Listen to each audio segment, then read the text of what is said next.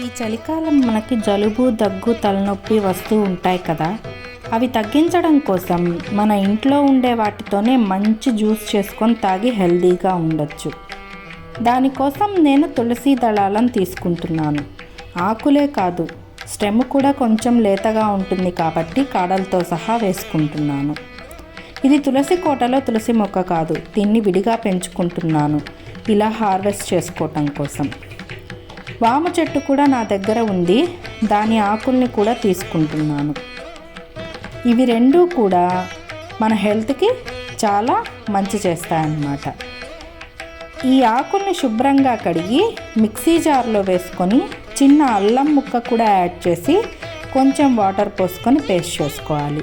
దీన్ని వడకట్టి కొంచెం water add చేసుకోవాలి, ఎందుకంటే ఘాటుగా ఉంటుంది, అందుకని డైల్యూట్ చేస్తున్నాను. నిమ్మరసం పిండుకుంటే జ్యూస్ రెడీ.